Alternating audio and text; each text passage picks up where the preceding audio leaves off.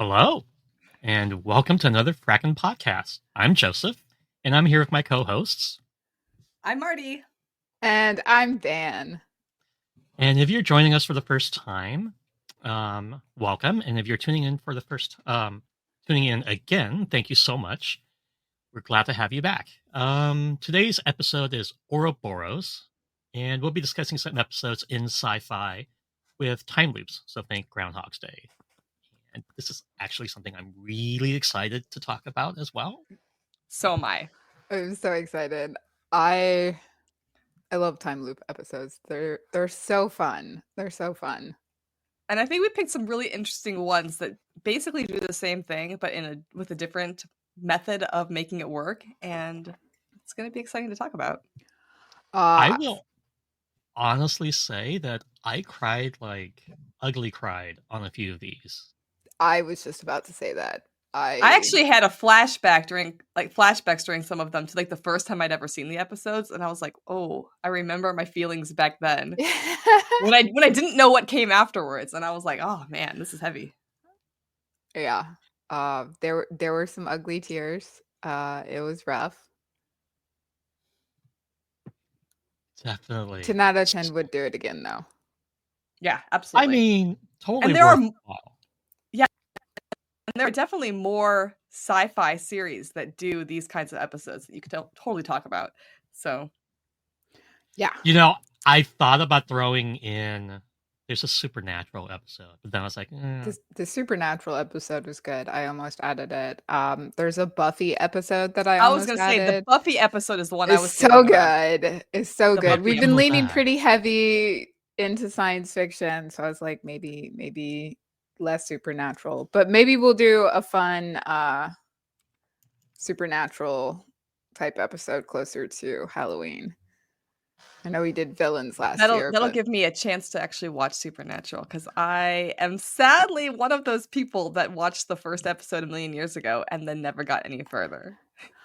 What? I've never seen Supernatural. I got distracted, and you have a decade to catch up. I was like 9 or 10 seasons. I know. When I got distracted. That's the problem. Is by the time I kind of got to the point where I was hearing things about the show where I thought, oh, now it sounds like the show is my vibe. They were already 7 seasons in. I'm like, man, it's a lot to catch up on. It's a lot to catch up on. Yeah, it is. I got bored during I think it was Leviathan storyline that happens 9 or 10 seasons in, and my brother kept telling me, you gotta push through that, I'm like, but I can't, and then I got distracted. So the funny thing about Supernatural is that my sisters are not really big sci-fi fantasy nerds. I think my one sister, her biggest sci-fi fantasy claim to fame was her Twilight phase, right? And when they both started getting into Supernatural, I thought that was a sure sign that it absolutely wasn't for me. And I just think that it hadn't gotten to the me level yet. I'm probably somebody who would love the later seasons. It's kind of the vibe I'm getting from Supernatural fans, but I don't know. We'll have to see. I guess I'll have to try it. It's good stuff. It's good stuff. I love the first few seasons because they have that very Monster of the Week feel. Yeah. New monster traveling the country. That's my favorite part of the entire series. But the dynamics between the brothers is fascinating, and as a writer, you would truly love some of the things that they do plot wise. It's funny you say that. The relationship between them. Honestly, would be the one reason why I would really be curious to watch it, because you don't usually see sibling dynamics in TV shows. That's not common, because it's common to have a show where you've got the two characters that'll probably eventually end up together. So to have two characters that are related, I think it's an interesting dynamic to explore, especially if you have siblings yourself, then you know what it's like to. There's so many dynamics there. As a sibling, it's good. It's good stuff. It's good stuff. Yeah, I think the best and the worst thing about Supernatural is that nobody ends up with anybody. That's big spoiler, but yeah. Well, I mean, I've heard about the sort of relationship that doesn't happen. Yeah. Yeah. But But okay, we are so distracted. what's So our first episode? What are we talking about first? first, we are talking about TNG Cause and Effect Season 5, Episode 18. Thank you, Van, for being organized. Yes. You're welcome. You're welcome. I have to say, we have a few Star Trek episodes that we're going to talk about. I think this one is my favorite of the three. This one made me ugly cry at a weird part. Most of them I was like ugly crying for like the characters we were following throughout the episode. And I, as attached as I am to the TNG cast, I was like, okay, they got out of it. That's great. Good for them. But I cried for this crew who had been stuck for like 80 years and didn't had realize no idea. Oh my God, I didn't even think about that. Yeah. Are you kidding me? They're just now running around. Like, obviously, they have to just go back to Earth and then like relearn things. Because, like we see in Discovery, when the crew gets like flung forward in time, they have to relearn all sorts of things. So, like, at least they knew that they were going to go forward in time. Like, this crew had no idea that they were stuck in a time loop for 80 years. One of my favorite things about this episode and about a lot of these episodes is that in order to make the time loop work in a story is you have to very carefully choose which character is kind of aware of the time loop. They're kind of on the same level as the viewer. And I thought it was very interesting that for this episode, they chose Dr. Crusher as being the character who basically kind of figures it out. Because, you know, the crux, like the easy crutch would have been to choose Data, right? That he notices that there's something wrong because psychologically in a position to notice that the time isn't working. But to choose Dr. Crusher, and especially at this time in the TNG storyline where I felt like there was not, I don't want to say that there was mistrust of Dr. Crusher, but I felt like her character wasn't really being used as strongly as she could have been. And this is like a moment where we're trying to make her more prominent as an actual like productive character in the cast. I thought it was a very exciting choice to choose her as the one who starts noticing at the poker game and starts noticing the glass breaking, that something was going wrong.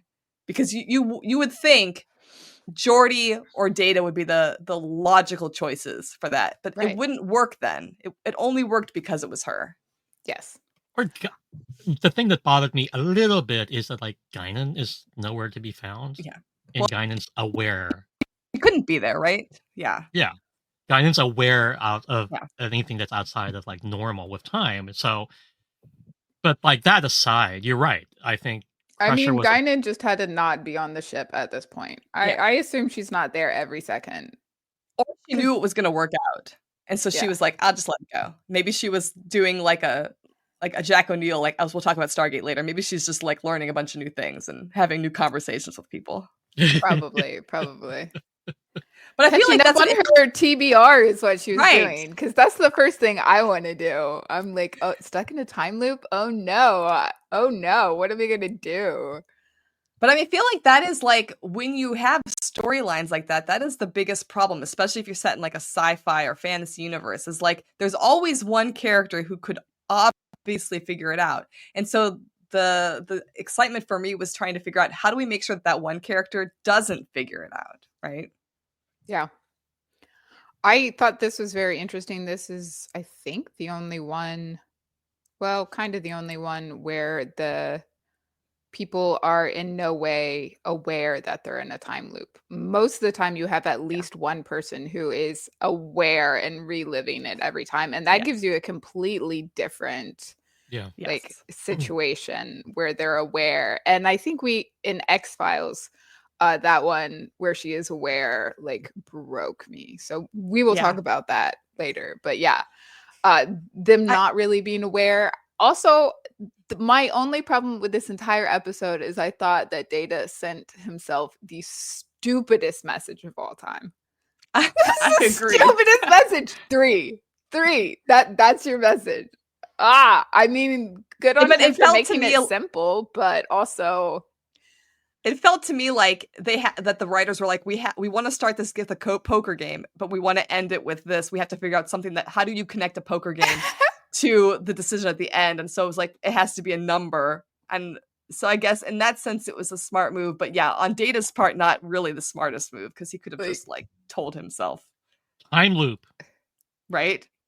Like what I do like though is especially with the opening of the poker scene is we really get to see the personalities of the people at the poker table really well. And I think Worf in this episode was like so good. The comic relief. And I love it when is comic relief because I feel like that was very underutilized in TNG to make sure that he seemed very serious and strong, but this was fantastic how they did it with him. He's hilarious. I love him. My boy. Yeah. I did ugly cry during that episode, but not for the characters. I don't know why the stakes for them in my head were not high enough for my emotions to like care when they got out of the time loop. But when the other ship was like, "Hey, can we render assistance?" and you see the old uniform, it's just. But I loved that at the end, and then seeing the old uniform in the new space, and then. But I think the emotional for me is the fact that we never really find out what happens to any of those people. No, we don't. We don't. You know, like I'm sure that there is like a pocketbook somewhere that discusses what happens to that crew, but like there has to episode wise we don't really get to find out what happens to them. I think that alone is an interesting story. It kind of reminds me of that episode War. Yeah, it reminds me of that episode of the original series when they find the spacecraft with the people who paid to have their bodies like cryo frozen and shot into space, and the one guy is like a lawyer and he wants his money, and there's a young woman who just her husband did it and against her will, and she's now like 200 years in the future, and they like try to find her family for her. Like it made me think of that. Yeah. Like, I always feel sad about that episode because I feel sad for the one character. Yeah. That's a rough episode. Except for this crew, too. Yeah. You know, that episode, the lawyer pissed me off the most. I think that was TNG, like, episode, season 1 or 2, wasn't it? Yeah, I think it was TOS. Oh, well, that's right. No, you're right. It was TNG. Yeah, TOS is a different version. You're right. It was TNG. Yeah. Yeah, they like to cryo freeze people all the time. Yeah. We should do a cryo freeze episode because that would be funny. It probably isn't a lot more than I'm thinking of right now. Well, I mean, Torchwood has a cryo freeze episode because Torchwood puts Jack in a box for like 80 years. We could also talk about one of my favorite non-sci-fi movies, which is Idiocracy, because I feel like I was also going to expand it and say Captain America, but sure, throw in Idiocracy too. Let's do it. I don't know. I'll be honest with you. I don't know if in the current climate of the world, if I could watch Idiocracy again right now. I feel like I need a few years. Nobody would watching Babylon 5 right now is actually kind of rough. Not gonna lie. It's. Anyways, our next episode is Voyager Coda season 3 episode 15. Chakotay had some like amazing acting moments. Oh man, this episode hit me just hard being at the destroyed end. watching her die multiple times. Ooh. Yeah. You know, and I have to say that, you know, everybody talks about the episode where Chakotay and Janeway get trapped on the planet and they like build a life for themselves. They always count that episode as being episode why there should have been something more between the two of these characters. But the end of this episode, the very end, when everything is resolved and everything is fine and they're going back to normal, and Janeway is just like, let's go to the holodeck and like relive like this, like we're gonna go for a boat ride or something. And I was just like, I felt like that was like one of the few moments where we get to actually see Janeway be herself, like beyond being captain. And that really made me mad then that we didn't get to see something more between these characters. It doesn't have to be romantic, but something more like closer. Deeper. Whatever we it is. see the teeniest, tiniest little hints that they're very, very close and adore each other, and very much are only not in a relationship because they're stranded in the Delta Quadrant and chain of command. I think, but even beyond that, I feel like they were afraid that audience members wouldn't accept it. But I think we're beyond that at this point. You know, I think by the time we got to Voyager, we could have totally accepted a captain and the first officer like officially being like, and then so then change your first officer.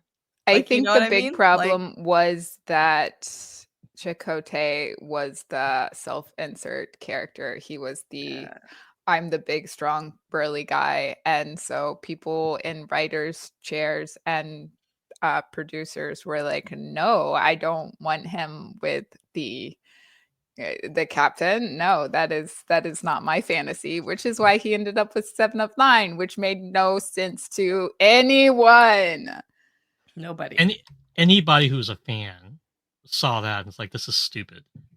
I think the only person that it made sense to was Rick Berman. That's the only person it made sense to. It was somebody's fantasy. That's all I'm saying. It was somebody's fantasy. It was. I'm sorry, Mrs. T, but I have to say this because I mentioned Rick Berman. But fuck Rick Berman. No, agreed. We all hate him. But this episode in particular, I liked this concept because I felt like the time loop idea has been done so many times, and it's really hard to do it differently. It's hard to do it without it being like the traditional somebody has a gadget that sends them back in time and lets you re-loop things. And I thought that the outcome of this episode was interesting. It bothers me that we never get to go back and figure out who else these people are doing this to. Right. Because I feel like that alone could have been a very interesting story. I did like how Janeway at the end was like, you know, we've had near-death experiences documented. Like, it hasn't been these guys all the time. And then she was like, you know what? Actually, no, we're leaving them in the Delta Quadrant. This is a separate thing. Because, like, she's like, I don't want to think about that. But what an interesting idea. Very interesting idea. But I did like in this that the time loop didn't restart in the exact same place every single time. She was restarting at a different spot sometimes. And I did like that. I was like, that's a little interesting. I liked different things are happening. I like too that this was a situation where the person or persons creating the time loop tries to, when they realize it's not working and they're not getting their desired result, they try to interfere with their own time loop. And so then you have this figure of her father, which I thought was really exciting because you get all this character development from Janeway in this episode. Yes. When we believe that this is her father, as we believe that this is Admiral Janeway, we think, oh my gosh, we're seeing so much of her character and who she was before Voyager ended up in the Delta Quadrant, and all the stuff about herself that we didn't know, and all of her fears and her wishes, only to find out that this is somebody impersonating her father.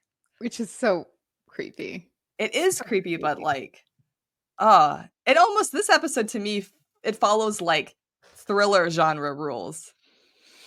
Because it builds you up and then it gives you that twist at the end. And I liked that. It was a good episode. I liked it a lot. I thought it was very fascinating. The scene where Tuvok is making his little diary for the day and saying that, like, after he and Kes meet and finally accept that, like, Janeway's not there anymore, that made me bawl. I was bawling my eyes out because, like, Tuvok, I love him so much, but like Janeway is like his best friend. Like, the relationship they have is incredible, and to hear him like say it almost like so emotionally. Yeah. And we get this interesting dynamic with Kes, too. This is kind of like where we first start seeing, like, Kes's abilities really kind of coming into play and her relationship with Tuvok. as she tries to like hone her mental abilities. But for me, like the scariest moment in this episode was when the doctor was basically like, well, we just got to end you. I'm just going to put you out of your misery. That was hard. Yeah. But the way that Picardo delivers that line, was just stroke of genius, because it was in character at the same time being so completely out of character, right? As it's supposed to be. But it was freaky. I mean, I feel like Janeway should have realized that there were aliens controlling her brain at that point, because like, no. But it kind of made me wonder, like, you know, like I love that premise at the end, like you said, about her wondering, are there like these near-death experiences, or are people just experiencing this moment with these aliens? And it made me wonder, like, what actually was on the other side. Like, if Janeway had gone through, would she be trapped in this looping nightmare of her own making, or is it something completely different? Because I had the feeling that it probably wasn't. Yeah. I felt like this is not like going to be like a Unimatrix situation. This is going to be like we're like trapped in prison situation kind of thing. I agree. I don't know. Like, I'm going to be completely honest on this episode. It wasn't one of my favorite ones of Voyager, just because it annoyed me that it was just aliens messing with her mind at the end of it. I don't know. I kind of wanted like a real time loopy kind of like other explanation for things, and yeah, well, and it I just think annoyed me. Therein lies the problem with time loop episodes, is because when you try to deviate, it either works or it doesn't work. And I feel like this is like a deviation where you either like it or you don't like it. So it makes sense to me. Yeah. Because it could have very easily been like, we had a holodeck glitch, you know, that kind of thing. Yeah. That's one heck of a holodeck glitch. So in Voyager, it is either aliens messing with them or it is a holodeck glitch. That's pretty much it. Those are the two main plot lines. Yeah. An alien is messing with them. Something that they've never encountered, because we're in a whole new quadrant, which is fun. Or the holodeck that they won't stop letting Tom Paris fuck with. You know, I think what might have made this episode stronger is if they had leaned into the horror of it. If they had leaned more into, she's contracted the phage, and this is like, you know, like an actual threat to the ship. Or if they had kind of made it more like that TNG episode where Beverly thinks she's the only one left on the ship. Yeah. It's really fine. You don't know if she is or not. I think if they had maybe leaned into that kind of creepier, scary horror vibe of it, it might have been more successful. To me, what was really successful was basically just the ending, because we see this like joy in Janeway of having a second chance at having a nice outing with Chakotay. It was so cute. Which was really cute, because it's like, I feel like, especially when you have, I think that was the trouble when you're writing a character like Janeway, especially at the time when this show came out, is you're trying to appease everybody.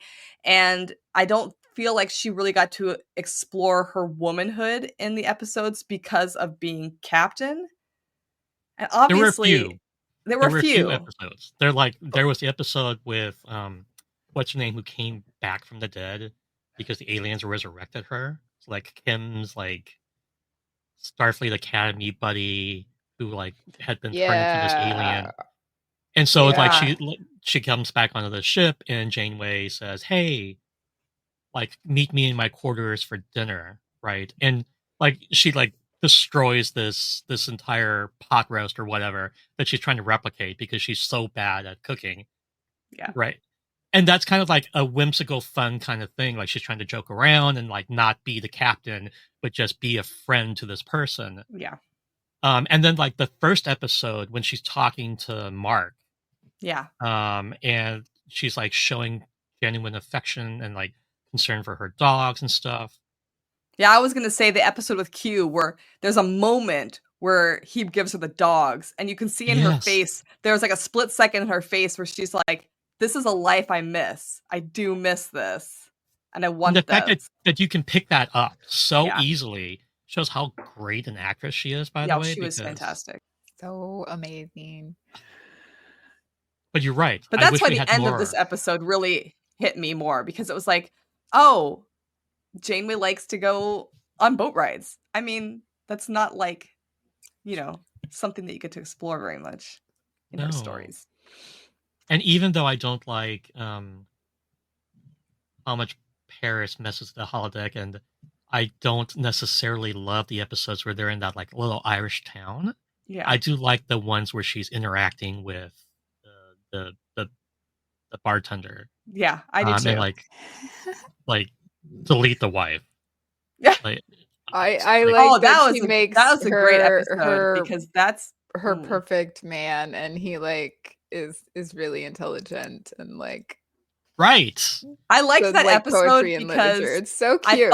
I thought it was a great contrast to the TNG episode with Brahms Oh. and Geordi. Yes. Yes. Okay, that we could have a whole episode. on, That like, is a whole episode I'm right just- there. That's a Yeah. whole episode right there. Holodeck fever. Oof. You start with Barclay, Geordi, Janeway.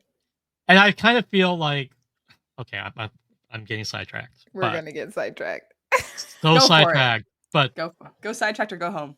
Barkley bothered me because he took real people and created like these characters that looked like them. Like that's a whole consent issue for me. And even when I was younger, when I first watched it, I'm like, that's creepy as hell.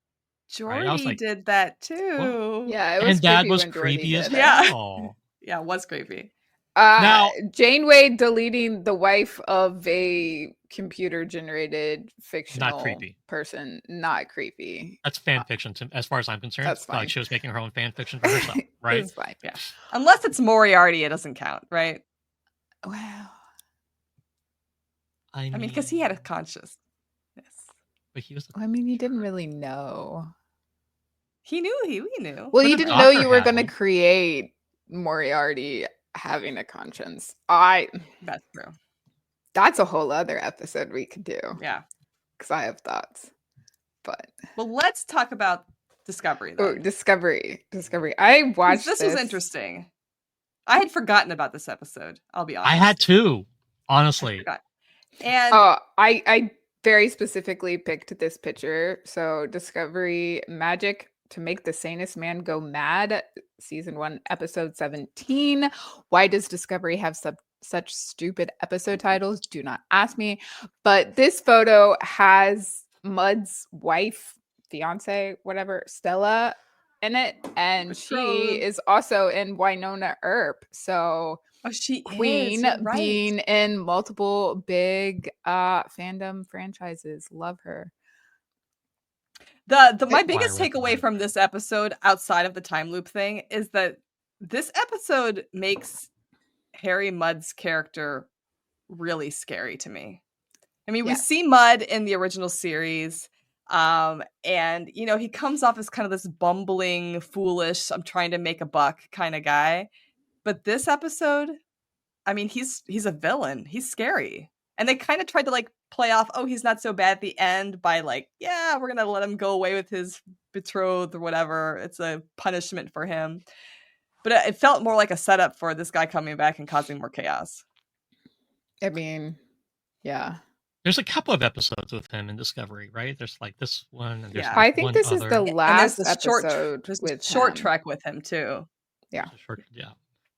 But you're right. It does make the character much darker than we saw in the original series.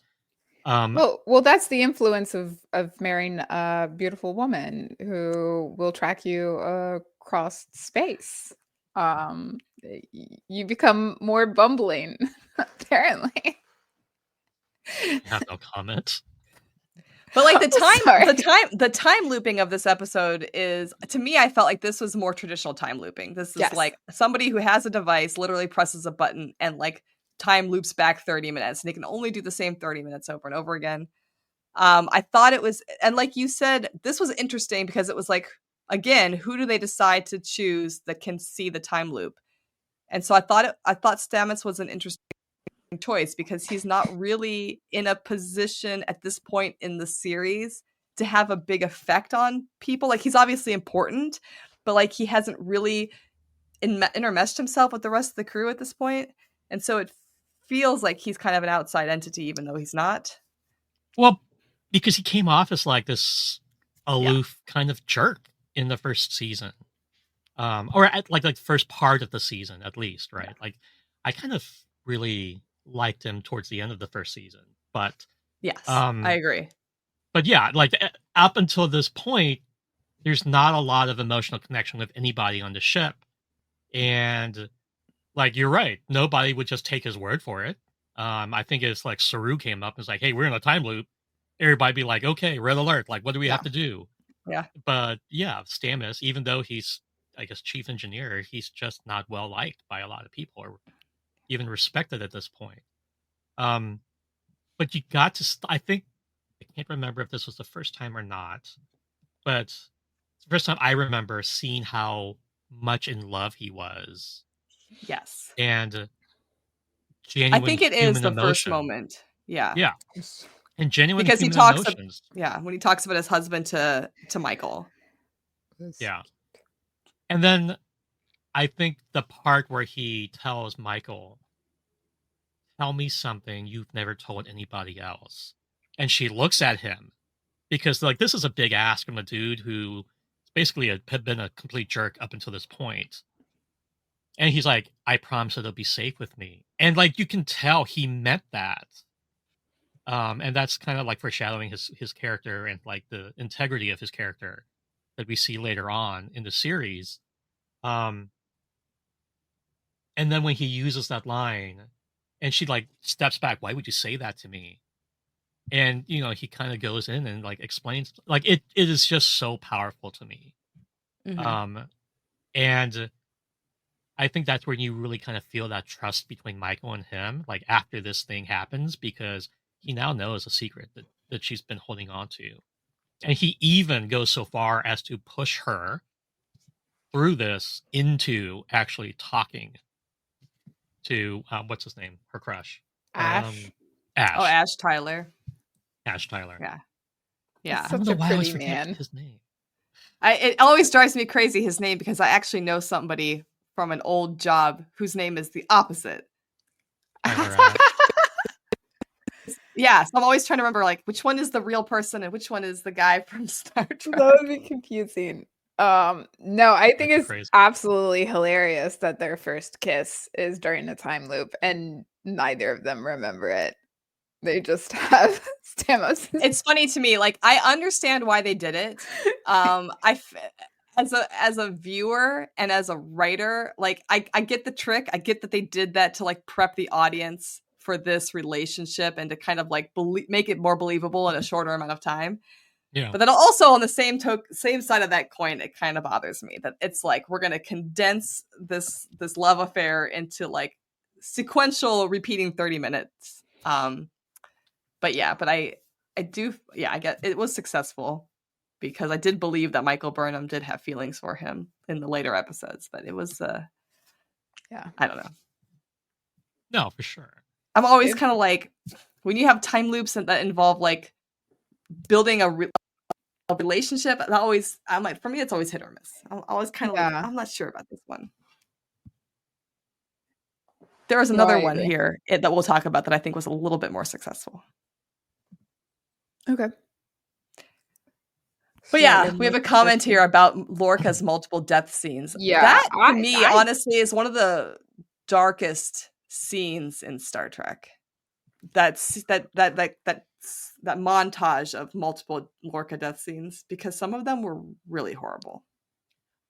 I thought, look, but of course, Lorca he's also basically really horrible. sent this guy to prison, and like it's just one of those things that I thought it was fun only because it's like the thing that it's the thing that goes through your head, like, oh, this person has like wronged me, like if I had no morals and no repercussions, what would I do? Yeah. Like at the end of the day, Mudd knew like he was just going to reset the timeline, so it didn't matter. right? But it's almost like therapy for him. It didn't matter, but at the same time it did, because they're showing us that Mud is capable of doing this, which means he's capable of doing it and not resetting it, which is what we know he's eventually he wants to do. Eventually he's going to like do it and not reset it and sell the shit. Right. Yeah. And that was dark. On that same vein, how hilarious, and by hilarious, I mean how dark is it that Burnham only has the memory of this singular 30-minute time loop, knows time is running out, and then kills herself to force him to restart it. I mean, she like banked everything on the fact that he would want more money over revenge for Lorca. I mean, that's a big ask. That's a big She's guess. like, I bet he wants money, and I have made myself so appealing. I want it restarted. And I'm just like, and then he restarts it. Like he's got control of the ship. I mean, he restarts it. That was probably the best storytelling moment in the episode for me. But at the same time, it was also, and this is why, it's because you're like, oh, well, would he really do that? Like, I mean, obviously we know that the character is like dumb enough to fall for it because we've seen him in TOS fall for some similar, easier tricks. Why wouldn't he though? He's got in his head infinite restarts and he knows everything. He's arrogant enough to be like, yeah, fine, I'll just restart it.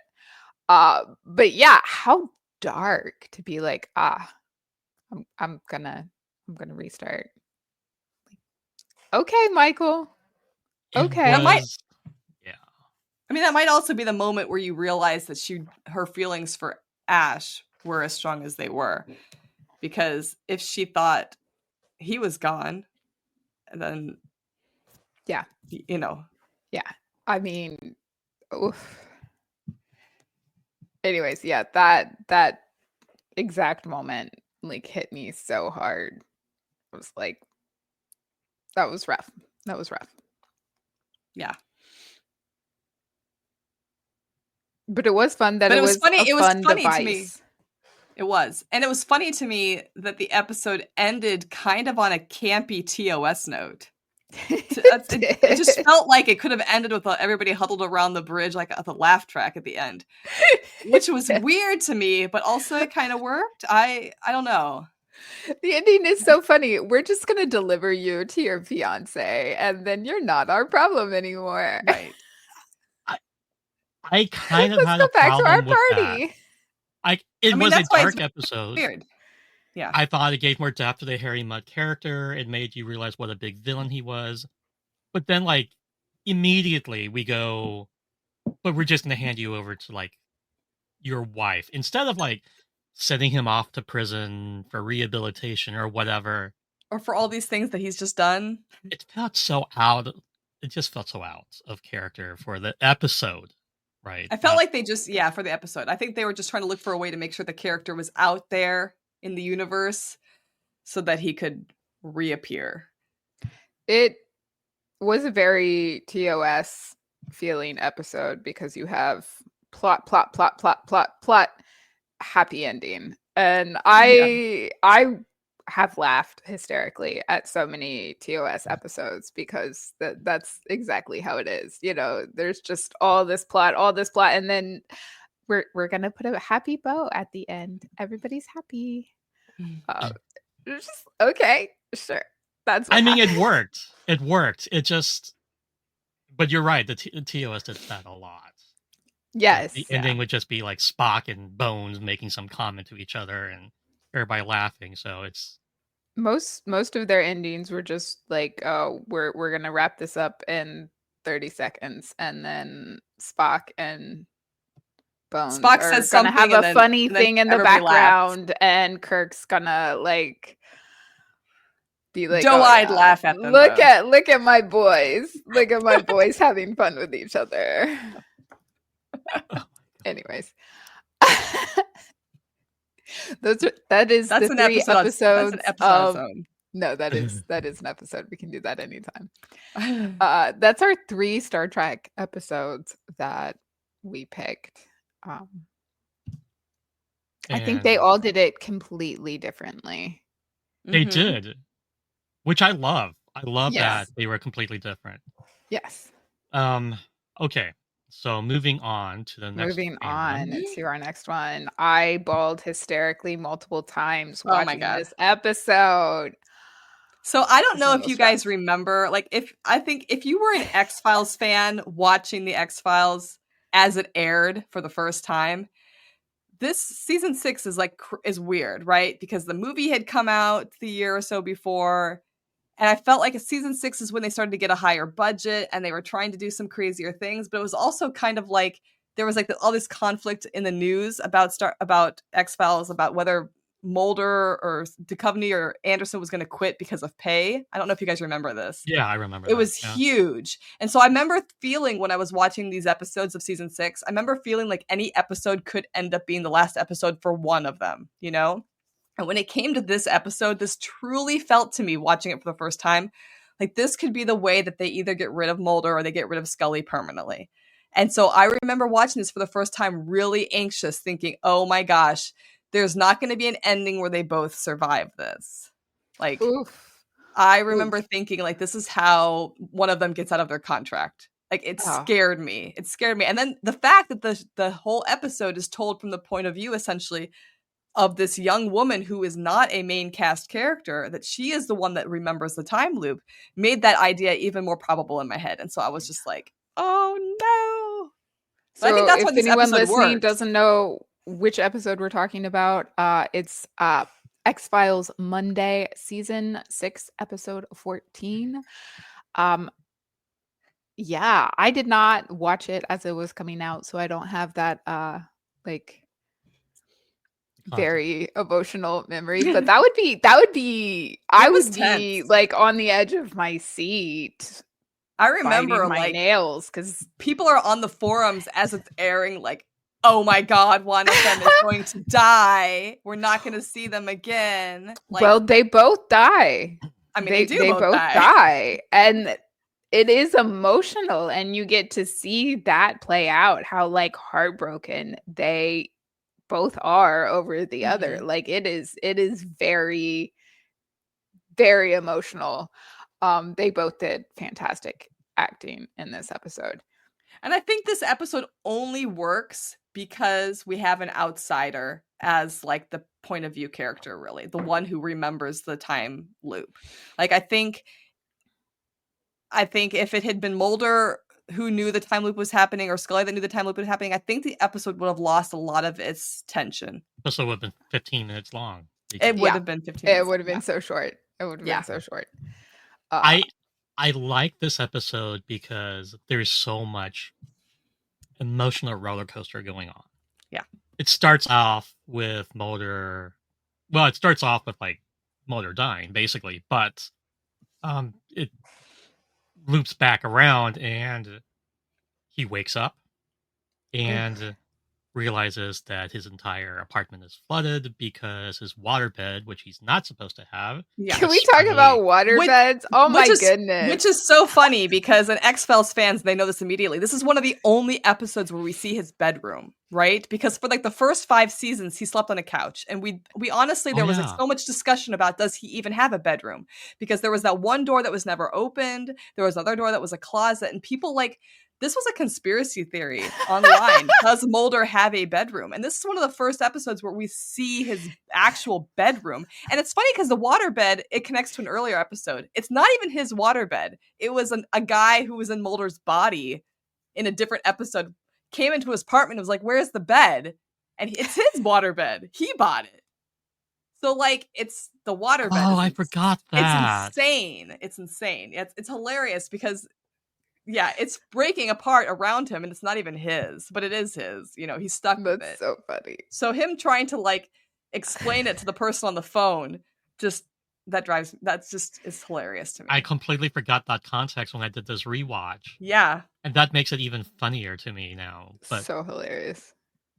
And but for me, it's when his cell phone falls in the water, because I'm thinking to myself, what a season 6 X-Files time period only problem. Like, because nowadays, if you had a waterbed and it broke and spilled all over the floor, your iPhone's gonna be fine. Like, you're still going to be able to make calls, but they needed him to not be able to make calls.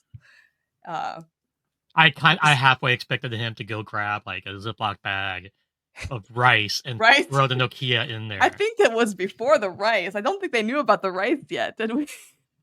Mulder obviously didn't know about the rice. Probably. I think that was Scully probably knew.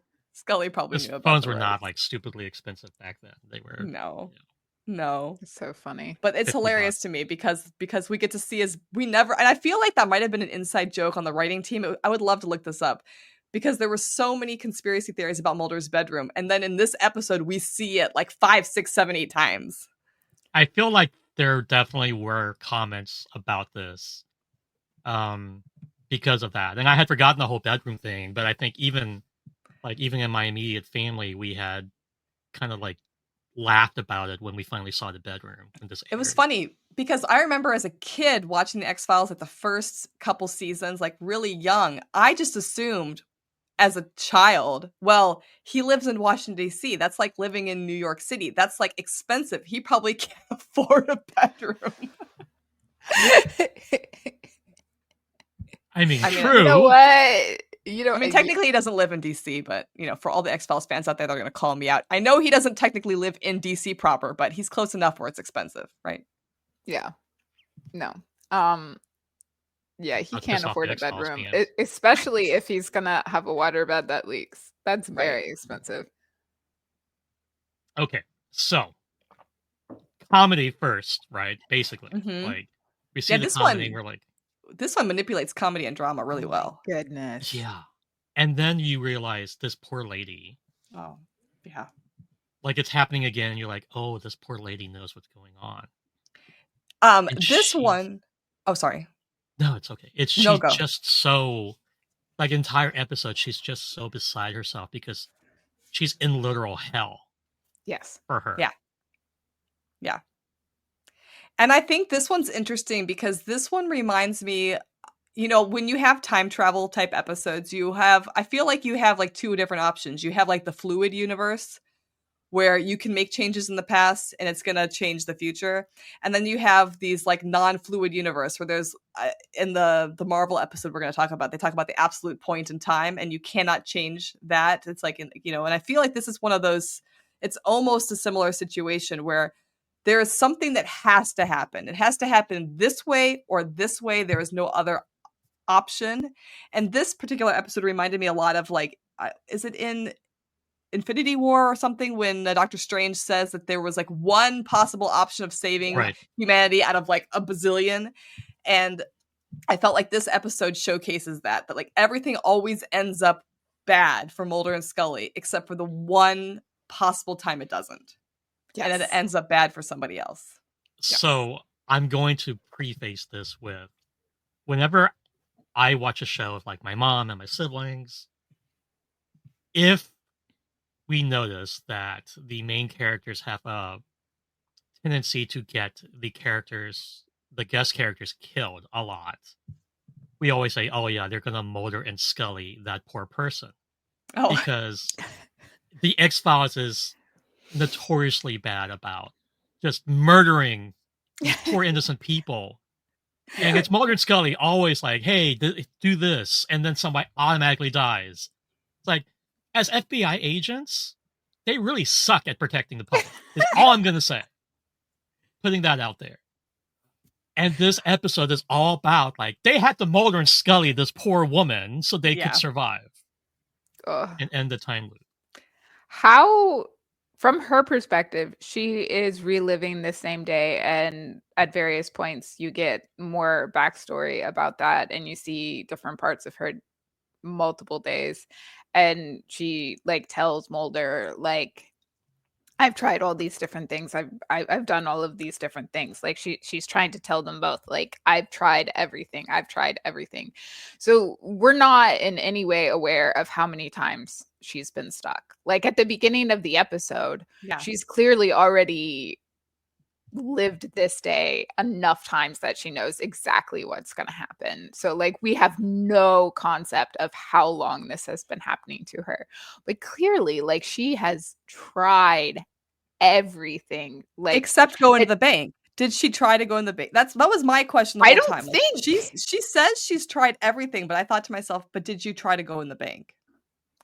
I think the first time Or she goes into the bank is the last time she goes into the bank. She doesn't specifically say that she has gone in before, and we don't see that. see, because I kept asking myself, has she gone into the bank and it still ended up badly, or did she never go into the bank? Did she never go into the bank, or did she need Mulder to know and go into the bank with her? You know what I mean? Like, Yeah. did her going to the bank by herself, was that not enough? Like, did somebody else have to know what was going on and she went to the bank? Like, that was always my question about this For episode. me, I feel like this entire thing, because there's no device, there's no big thing that says this is why the time loop is happening. For me, it seems almost the opposite of the discussion in Voyager, where it's like, this is, your life flashing before your eyes, or like a near death experience. It's like almost the opposite of that, where you have to like play out the last day of your life until you get it right, because you were always going to be this fixed point of you dying. So then you're like saying it's the universe trying to correct itself. The universe is Mulder and Scullying everybody, right? Yes. The universe says Mulder and Yes. Scully must survive. So in a lot of time loops, a lot of the people in them or experiencing them die. Like in TNG, the whole ship blows up. Everybody dies every single time. There's only one loop that we know of where Pam dies, and that's the last one. So then she never did go in the bank, because if she had gone to the bank, she would have died. Yeah. Correct. So okay. And I think that she was always going to die. So the only loop she dies in is the last loop. I think that's one of the things I like about this episode, is that you don't have a mechanism for it. They never explain this is why it happens. Because then you just have to leave it up to the universe, is like waiting for the right thing to happen. Like the universe has a conscious entity in this, and it's kind of like, yeah, I didn't like that. Rewind. Yeah. And her last words are literally, that never happened before. Yeah. So I don't think she was ever in the bank. That was a creepy end. That was creepy. Yes, there's another show we're going to talk about where there's also an interesting ending. Yeah. A little creepy. But anyways, yeah. This one made me bawl. I feel like of all the episodes difficult. we talk about, this is one of my favorite. It was really, really good. It was really funny. They had fun things. It was hilarious that they had the really boring work meeting interspersed with the hilarity of having the worst Monday ever for Mulder with his waterbed and his phone. And then add onto that a woman who is literally in hell, reliving the worst day of her life over and over again. It's hilarious because it just occurred to me that we couldn't do this episode right now because Mulder would be banking on his phone. he would just be like sending let me just deposit the check. Let me just Venmo the money to my landlord, and then it's not an issue, right? Yeah. No. You're right. It is a very time period specific thing. Not just because of the waterbed and the phone, but also the banking. The waterbed. What? People don't have waterbeds anymore? Is that what you're saying? Does anybody have a waterbed these days? That isn't a vampire? I had a waterbed. Is it safe for vampires to have waterbeds? I don't know. That doesn't feel safe for anyone. I'm just saying they're stuck in the path. Oh, because they're immortal. Not because I hope you don't sleep with your mouth open. Fang digs into the waterbed.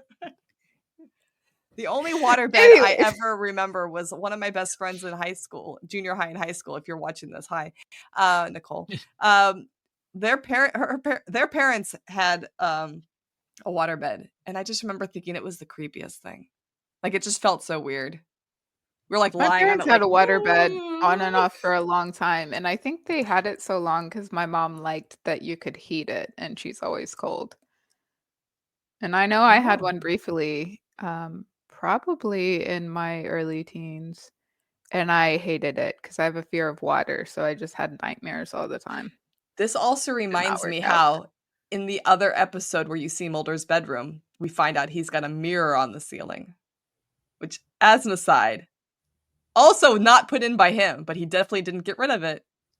I mean, not putting it in, that's one thing, but not getting rid of it is a choice. That's And I most don't want to definitely a unpack choice. that today in this episode. Okay, moving on. Doctor Who, Heaven Sent, season 9, episode 11. This is not the only time loop episode. This is just the one that I wanted to talk about. Oh, this was your choice. Okay. This was my choice. Oh, I This thought is one- Joseph picked this one. Okay. No, this was me. All right, then start us off. Can we talk about, so if you haven't seen it, obviously, this is an amazing episode. Go watch it. But this man spends over 1 billion years in a 2 time billion loop, or something. 2 billion. and he doesn't remember the loop. He gets clues realizing each time that he is in a loop and he is using the loop, but he doesn't actively remember he's in a loop. And he actively chooses to kill himself at the end of the loop so he can teleport himself back in and continue the loop for 2 billion fucking years. And it's wild to me because, like, as you're going through the episode, you realize, like, he goes up to this wall that's harder than diamond, and he punches it. Yes. And so he's spending 2 billion years punching a wall to get out of the loop. I have to give them Punching credit. a wall and killing himself to get out of the loop. The sound that they use, the sound effect they use for him punching the wall, it actually hurt my hand because it really did sound like somebody hitting a. I don't know if anybody else has ever hit a wall before. It sounds just like that. I have seen people hit Not walls. on I have not hit a purpose. wall. But yeah, no, the sound effect was way too realistic. I was not loving that one. Thank you very much. They estimated it was 6 billion years. Okay. So I want to say something that I noticed in this episode. Oh, 6 billion. Oh my gosh. So okay, so I will fully admit billions of years to not tell one secret. I will fully admit that I never got to this far in 12's journey. I got about halfway through or something. So I had never seen this episode before. So while I was watching it, I was like conscious of the fact that there were some things coming before this and some important things coming after this that I didn't realize. But what struck me were the skulls, right? Because I felt like, at the end of the episode, or close to the end of the episode, I think we're meant to believe that the skulls are him, right? It's all of the times that he has like basically offed himself to restart the loop. But simultaneously, I felt like the skulls were also kind of symbolic of all of the people he's left behind, all of his companions that he's lost, everybody else that's been on this journey with him that he no longer has with him. And I felt like that because of the fact that they had Clara in this episode, the way that they did. It made me feel like the skulls were not just him. I mean, we know that they're just him, but I felt like they were also everybody he's lost. And that hit me hard. Well, I mean, he lost his entire civilization at one point. Yeah. And so he feels personally responsible for that as well, even though, like, Time Pocket and they get to come back. But, like, he's had all of this guilt over the Time War. He's had all of this guilt over, like you said, leaving people behind. And, look, I loved Peter Capaldi as the Doctor. I thought his acting was above par. And this episode really highlights it because he's literally talking to nobody else. Yeah. I mean, this felt like a one-man stage play. Yes. Yeah. Which is very hard to do. He's just the emotions throughout the episode. Like, and the way, look, I don't love Moffat for a lot of reasons. But I feel like the directing on this episode, the writing on this episode, the acting on this episode were like peak Doctor Who, just perfection. Yeah. And I would say, honestly, this man should have gotten an award for this entire episode. Like, if sci-fi was as mainstream as everything else is, he would have gotten I feel some like sort of nomination it for did something. get Did it? I don't know. voted the best Doctor Who episode ever. Well, I'm saying like he should have won. Yeah, but it feels like it should have been up for a Hugo Award or something. I feel like it should have gotten more recognition than that. It was beautifully shot. We talked about the sound being incredibly realistic. Like you are in the moment with him the whole time.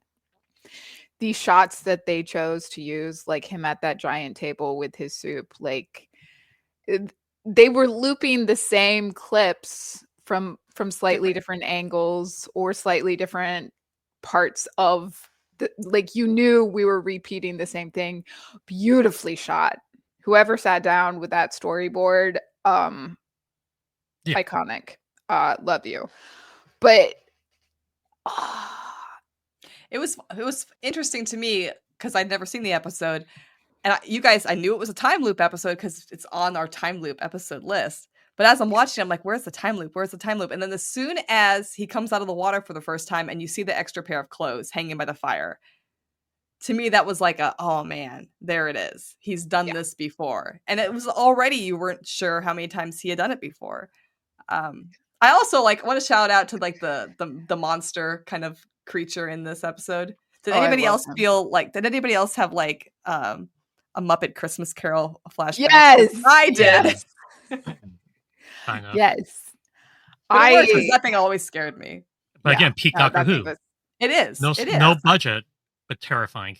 Terrifying. No, I think it is very interesting that we realized during our first loop through, he looks at the stars and he says they're 7,000 years off. I didn't travel through time, but they're off. And that's like the first indication that we have that something is off. And so he, in his little Time Lord brain, has to be thinking, this doesn't make sense. What's happening? He's already 7,000 years into this loop before we see him for the first time, which makes sense when you see all the skulls in the water. But it's wild to me that that's how he's telling time at the end. Is the stars.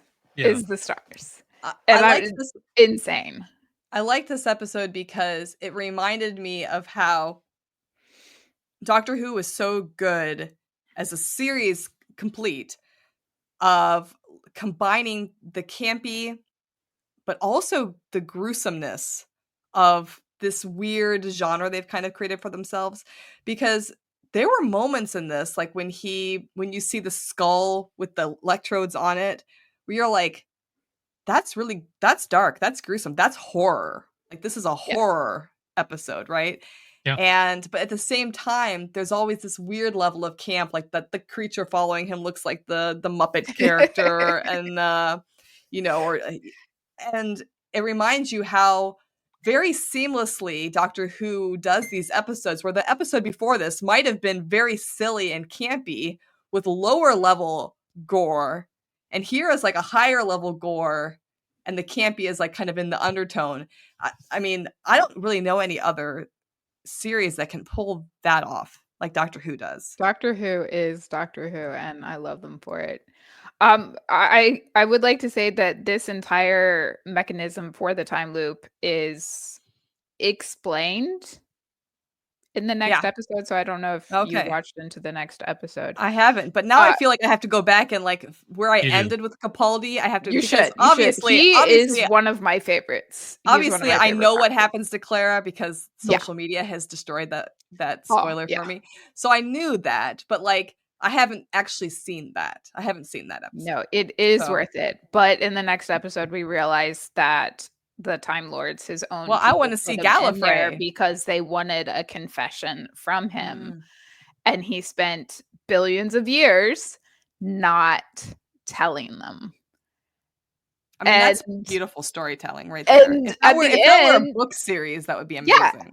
So in the next episode, there's a character and they're like, you literally let him spend billions of years in there being tortured. You're fucked up. Yeah. And they're like, well, he could have gotten out at any time. Like, he could have released himself at any time just by confessing. And it's like, how horrible of you to literally know he was in there in a loop and spent billions of years in there for a confession. Like, the level of like torture that is insane. And I think that based on that alone, he was justified in blowing up Gallifrey. I'm just saying. Spoilers, by the way. I'm just kidding. Spoilers, by the way. Like, how? That's your own people. That's your own people that you. But again, like all of these time loop episodes, this is one we haven't seen it like this before. No, where the protagonist takes this action at the end of every loop in order to continue it, and so that was a refreshing relook at this type of genre. It was well done. It was well done. I think they did it really well. This is a very new one in terms of some of the others that we are going to talk about.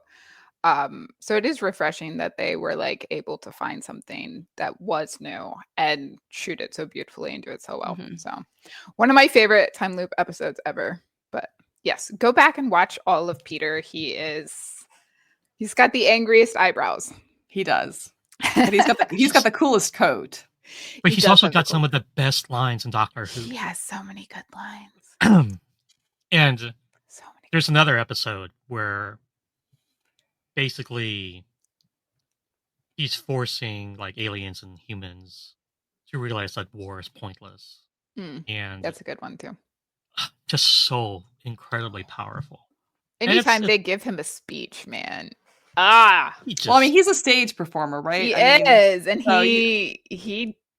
I think that's where Doctor Who excels, is because so many of the actors that they choose, they come from theater. Yes, they're used to this projection of self and character to the audience. You definitely see it in this episode for sure. Oh yeah, I love them. I mean, he just uses everything he has learned, right? He's like, you can see what an amazing craftsman he is, right? Yes. Okay. Moving on to something. Stargate. Window of Opportunity.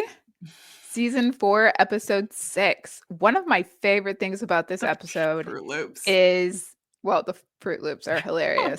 But one of my favorite things is you have two characters that interact with each other that remember the loop. Technically 3, because the alien on the planet knows they're in a loop too. But you get two characters who get to work together. And they're the two characters that don't have the science skills and knowledge to fix it. Right. No. I mean, so that's what makes this one perfect. The montage of them learning from Daniel. Yeah. I'm sorry, I can't. I'm sorry. Hilarious. I distracted you. In the middle of your backswing. I'm sorry. But the other thing about this episode that I remember when I first watched it, I remember thinking at the end, it's also proof that Jack O'Neill as a character way smarter than he lets people know. Right? Oh yeah, like because he is capable of learning it. He learns the Latin by the time the end of the episode is around. You assume he knows Latin, right? He has to know this crazy. Not only understand this alien language, but be able to teach it to Daniel. So, here's the thing: he's a pilot. He's a combat pilot. He's very intelligent. He's very intelligent. Have to be intelligent. Like he just hides behind his sarcasm and his humor, right? Which we love him for. But I think sometimes they do that so often in these episodes, like at one after another, that you forget that he actually is a smart guy. You forget that he's the guy from the Stargate movie. Yeah, and the first few episodes of the first season, right, where he's a little bit more serious and a little bit more by the book before he like loosens up. The other side of that is Teal'c is also extremely intelligent, and he has like a amazing grasp of not just being like a soldier for the gold, but like he can fix a hyperdrive, and that's true. Like he speaks multiple languages just like Daniel, and has a lot of like experience above and beyond normal humans, but he's just so quiet most of the time. Yeah. And obviously he's the muscle in the group, but also really, really smart. Mm-hmm. And you see this in a few episodes where he's grasping alien languages or these advanced concepts and talking to Samantha or talking to Daniel about them. And I feel like this episode really highlights both of them being just as brilliant as the other two. I mean, the team doesn't work if they're not all smart, obviously, Right. tactically and otherwise. But you do get the goofiness from both of them as well. Yeah, Well, I and- loved how they didn't even think to goof off until Daniel pointed it out, and then they're like, "Oh, what are we gonna do?" And they do absurd things like, what was it, riding a bike through the halls? Yeah, or and he Right. tries to learn how to golfing. do pottery. But it's interesting to me that of all these time loop episodes, because I feel like as viewers, we're thinking the exact same thing that Daniel Jackson is thinking. This is the first episode where somebody says, "Well, if you know it's going to repeat and it's just going to go the same way, why don't you do something weird? Why don't you do something out of character for yourself? Because it's going to repeat and nobody's going to remember it." And of course, we I get the want kiss. to know what Yeah. Daniel would do if he knew things were going to repeat. Because the way he said that, It's I'm like he not had something in mind.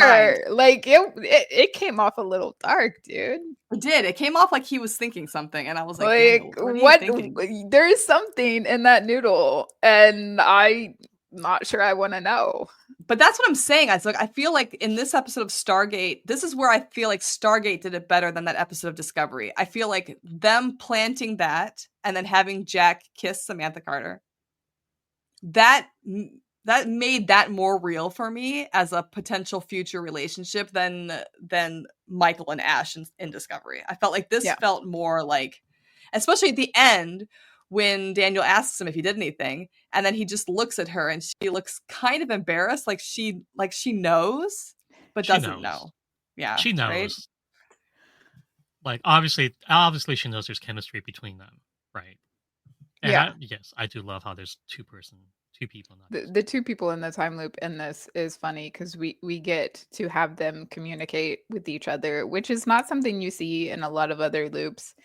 I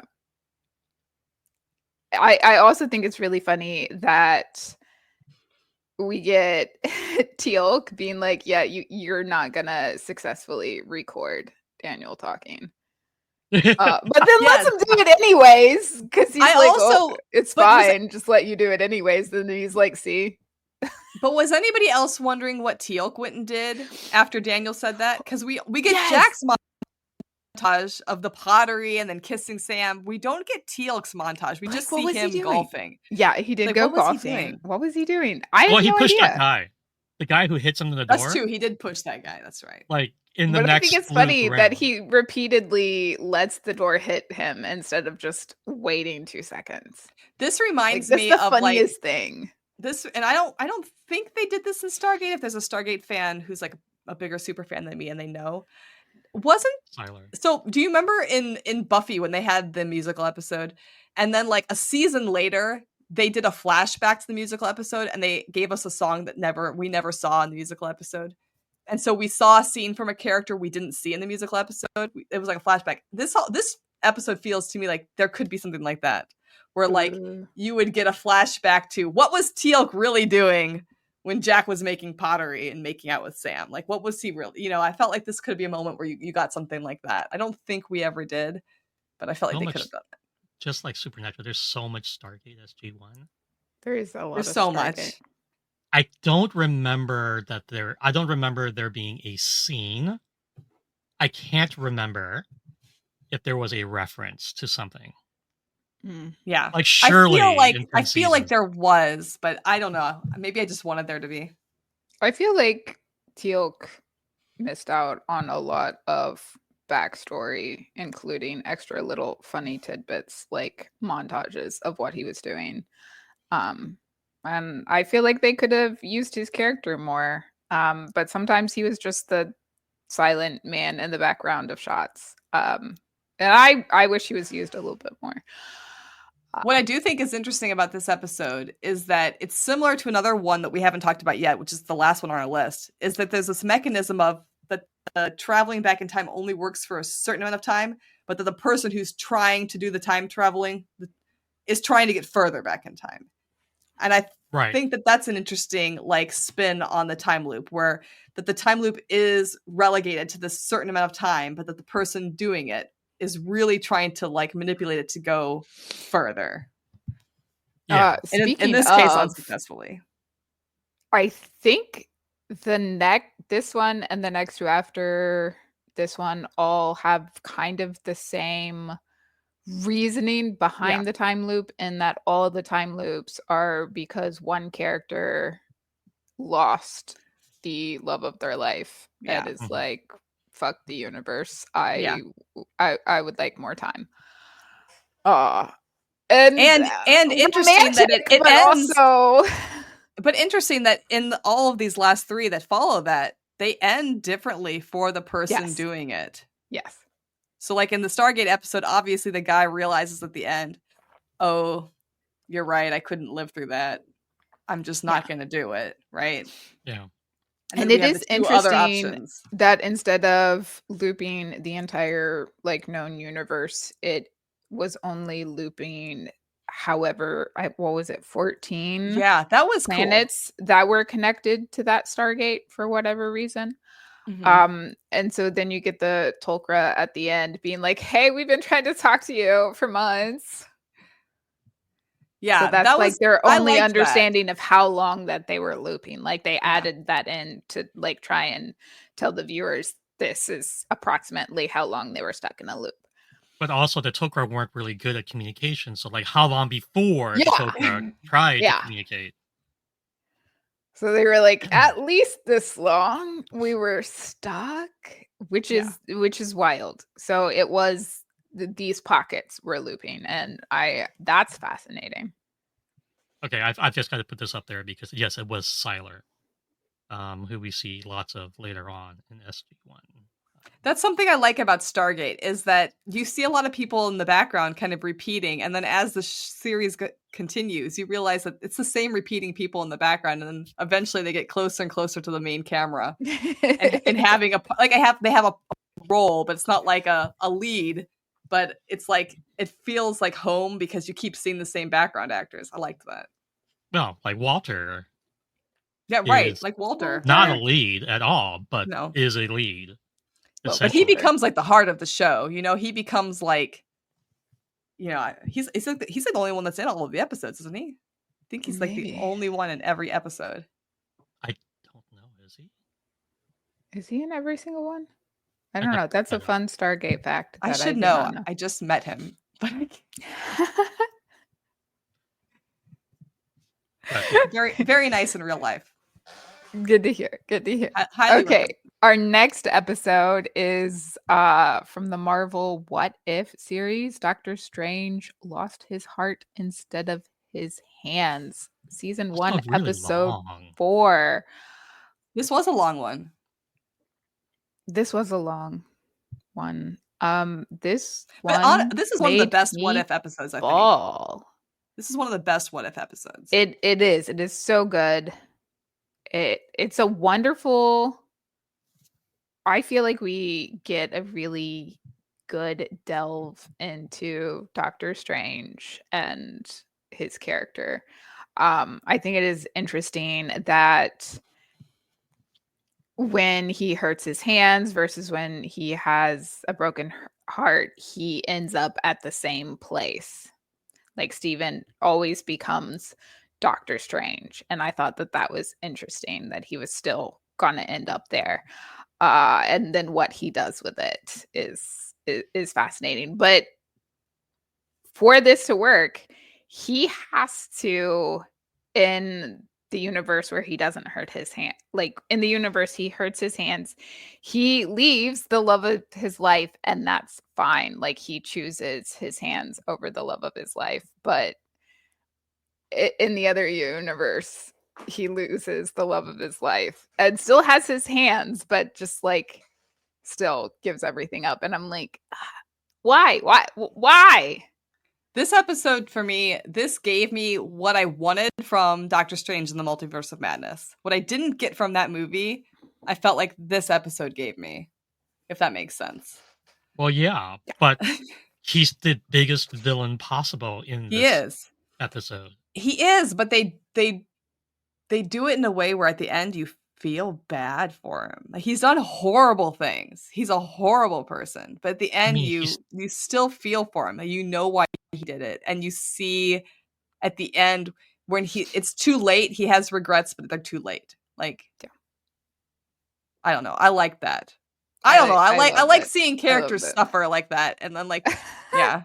Yes, please suffer some more. I'm here for the suffering. No, it was really amazing to watch him take every single step and do all of this because he wanted to change time. And he was even told, like, this is a fixed point. You can't change it. And he's like, bet, I'm going to change it anyway. My dear. But go ahead. I mean, he changes it and it destroys the entire universe. Yes. Yeah, because he does. He's bad. He does change He's a bad guy. The fixed point, and it destroys the universe, which is probably why you're not allowed to change fixed points. I mean, look at all the people he murdered, all the creatures he destroyed, getting to that point. Even before he destroys his entire universe, he destroys all these creatures from other universes, right? Yes. I mean, awful. He's basically committed horrific acts of genocide. Yeah. Yes. For a pretty girl.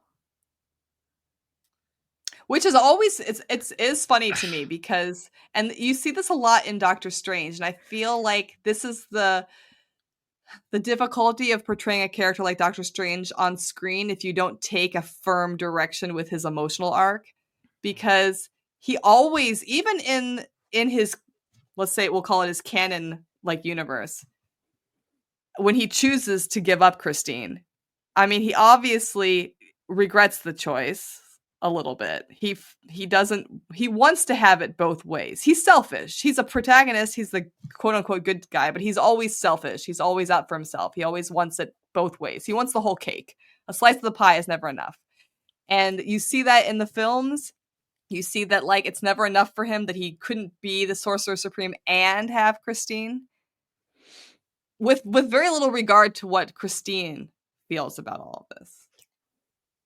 Well, he never gives much regard to her. Like, that's why they even broke up to begin with, right? He is so arrogant and self-centered that he drove her away. And it wasn't because he wasn't paying attention to her. It was because he was just an arrogant, self-centered asshole. Yeah. And even after he saves the universe in the Prime universe, she still ends up marrying somebody else because at the end of the day, like, he only did it because it served him to save the universe. If he could have just avoided that and still been okay, he would have.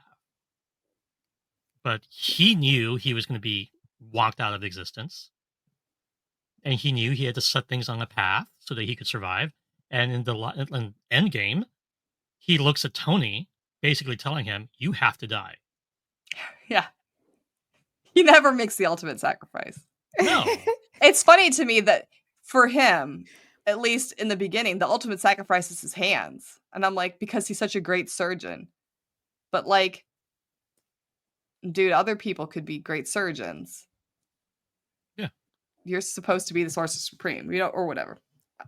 Every time I say Sorcerer Supreme, I feel like I'm ordering something at Taco Bell. Yeah. Sorry.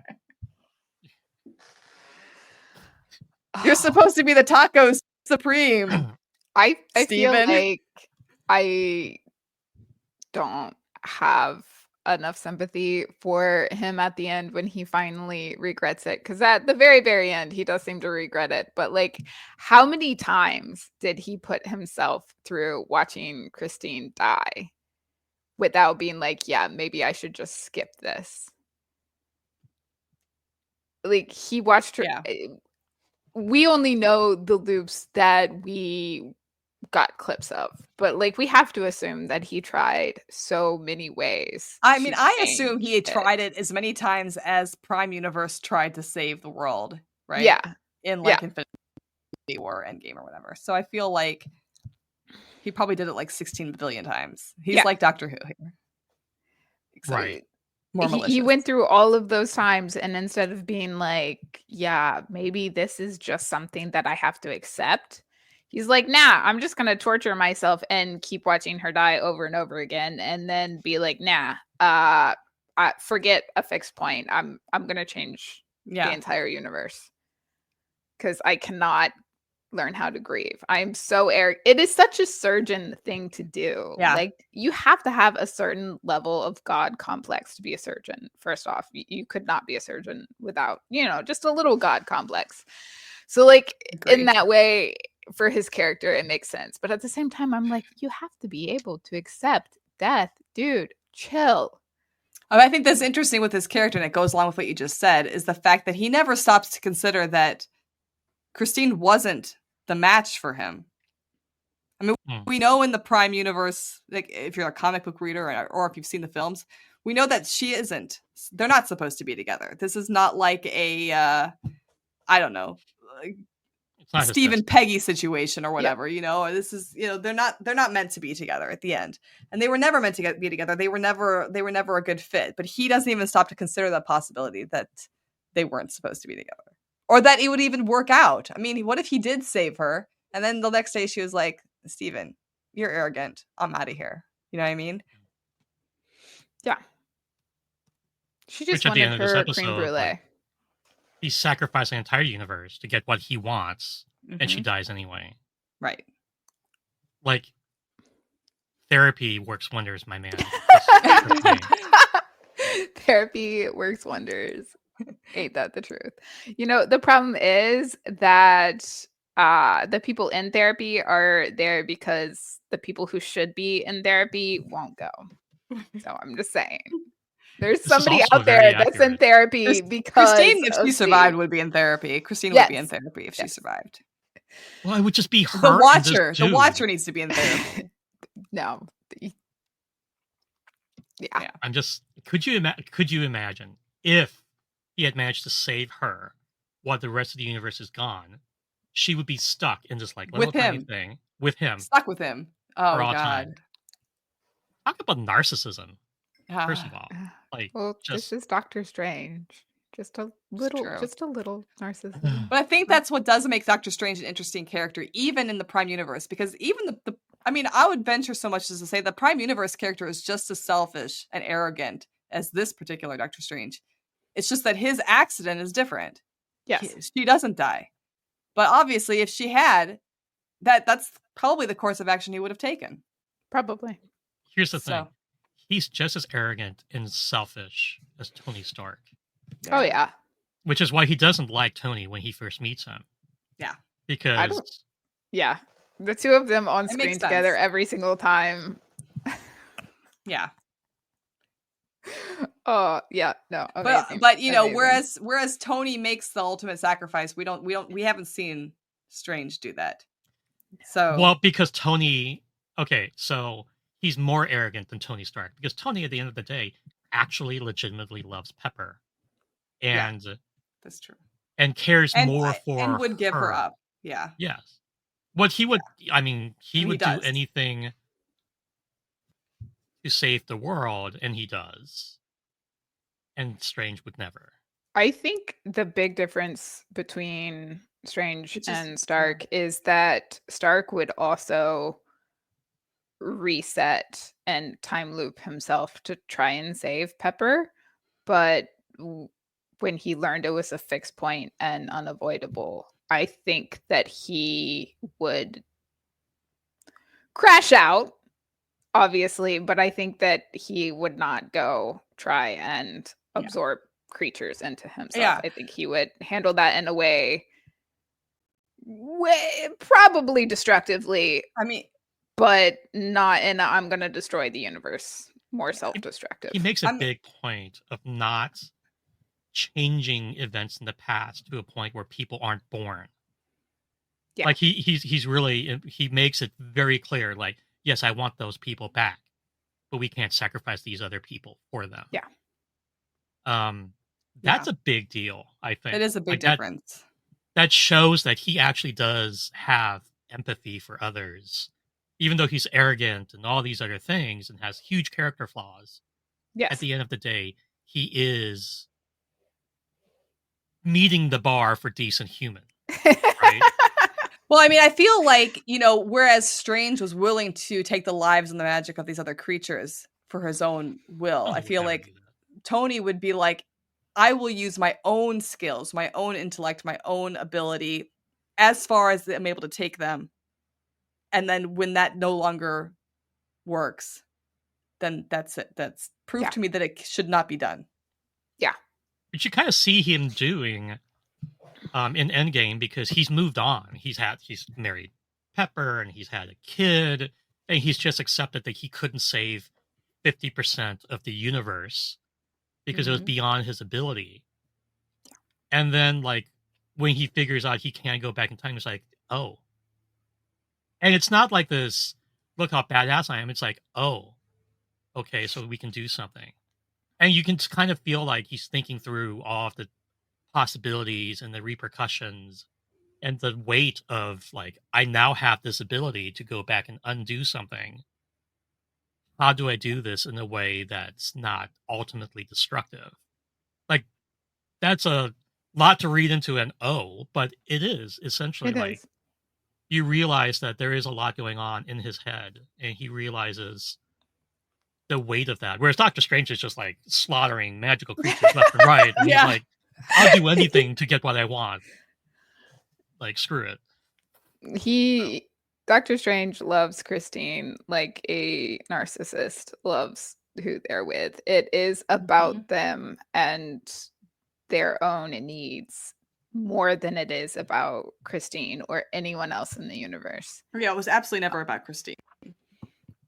Which, in a way, pisses me off that he ends up the hero in his last movie, and Scarlet Witch ends up being the villain and then dying. Because that movie made no sense. A whole other episode. No, that movie pisses me off.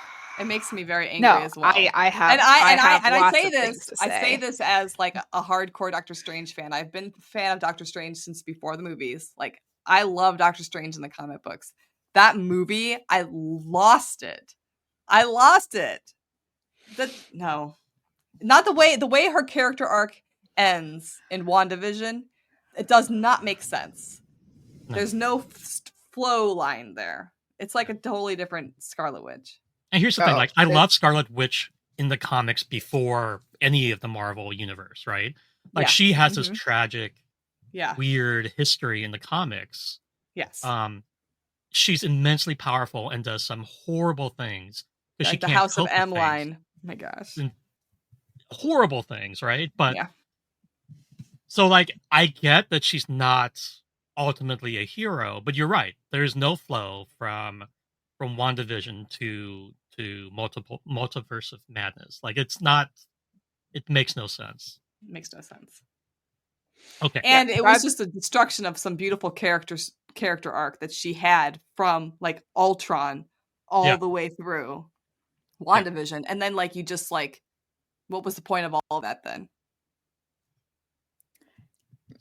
I have so many thoughts about her entire character arc, but we should not get horribly sidetracked. I'm going to say this one thing. I am starting to view Kevin Feige the same way I view Berman. I'm going to say it. I've been wanting to say this for years. Fuck. This is my biggest issue with the MCU right now. Kevin Feige is a asshole. I cannot. I'm struggling with the MCU because ever since they started like bringing out more like woman-centric films or films where the character is not Captain America or Tony Stark, or not Steve Rogers, I should say, Tony Stark, where the cast is no longer like that. It's just been a downward. Shang-Chi was good. It was great, and the other ones were good too, but they're like not. like The Marvels. I thought The Marvels was a great film. I thought The Marvels was a great film, and totally undeserving of the nonsense that it got. But like nobody stood up for them.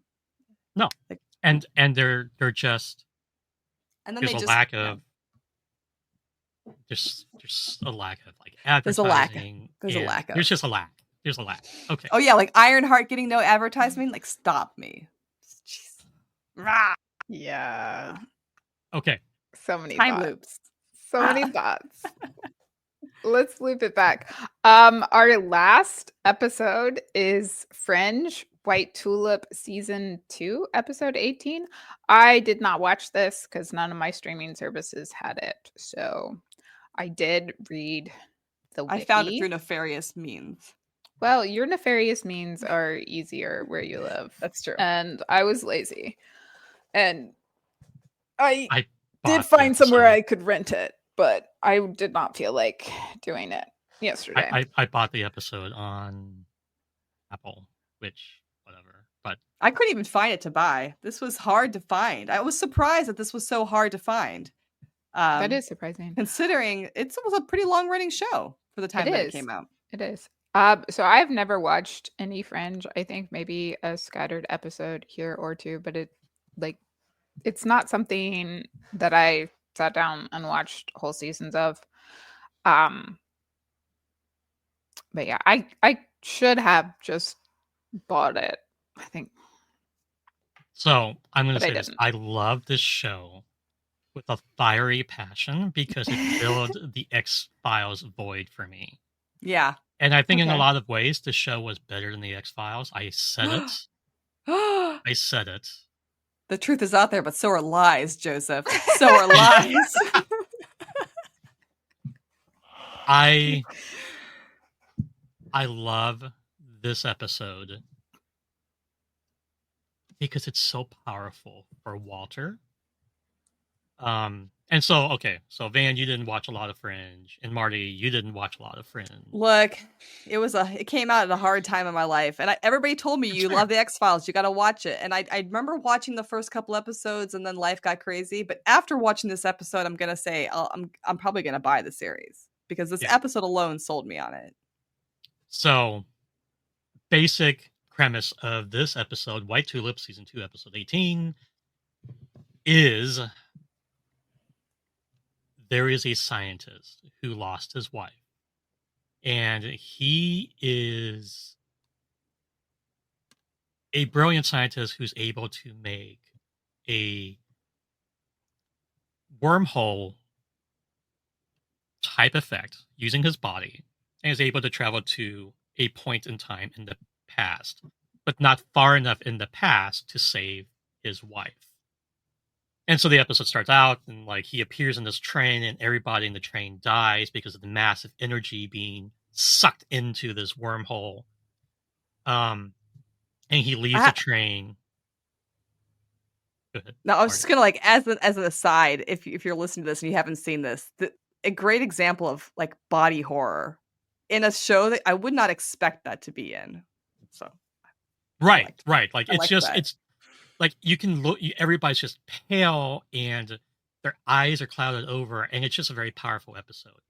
Now, there's things that are happening before this episode where it's discovered that Walter has done something very similar in his past and has basically, he lacked the skills to deal with the death of his son. And so he feels really guilty for what he did. So he basically went into a parallel universe and took his son from another Walter and raised him as his own and pretended like his son never died. So and this is a very prominent thing for the show. And I'm sorry, Van, for spoiling that, but it's fine. It's in the episode. Now he has guilt. He's writing this letter to Peter where he's confessing what he did because they work with an FBI agent. So Walter is this brilliant scientist who, for some reason, lost his mind. You'll find out why later on. And don't is spoil that for me. institutionalized. And there's some weird things happening, and his son understands some of it, but they really need Walter's brain to figure out the really crazy things. And so it's very much Monster of the Week. So going back to this episode, the scientist is going backwards, resetting this time loop, going back to the train over and over to try to figure out how can he make it so he can go further back in time. Immense energy requirements, and he's trying to like solve the problem in every single loop. And the Fringe team has to kind of investigate. They figure out who he is. They go to his house. And it just repeatedly, like, he just goes back in time whenever this happens. At one point, Walter basically confesses to this guy who he basically corners and tries to convince, like, don't do this. I mean, when we say this guy, we're talking the guy from RoboCop. Like, I feel like that's important to point out. Like, when I saw who it was, when I saw that it was RoboCop, I was like, whoa, hold up. How did they get this guy in this episode? But I mean, he was fantastic. So he was also in Star Trek Into Darkness. Yes. He was also on an episode of Enterprise, by the way, which I know is Van's favorite show. So, listen, I have not gone on an Archer rant in a while. Just give me a little bit of room. We can rant away. I'm just pointing out that he was also on an episode. I feel like there's a time loop episode in Enterprise, but I couldn't remember it off the top of my head, and I didn't want to talk about it, so I didn't look into it. What? Okay, and so we're talking about Peter Weller is the actor, and who is incredible and iconic in everything he has ever done. And he has never harmed another person, as far as we know. I did not realize this, but he actually has a PhD in Italian Renaissance art history. That's amazing. That makes me love him even more. That Why did the RoboCop not tell us that? I immediately believed that. That makes sense. I'm just in awe, by the way, because I didn't realize this. I love when actors and actresses just have a random master's degree or a random PhD that you're just completely unaware of. I love that. Yeah, my favorite fact, random PhDs is like Brian May from Queen has a PhD in like physics and has actually worked on things with NASA and is probably one of the smartest human beings on the fucking planet.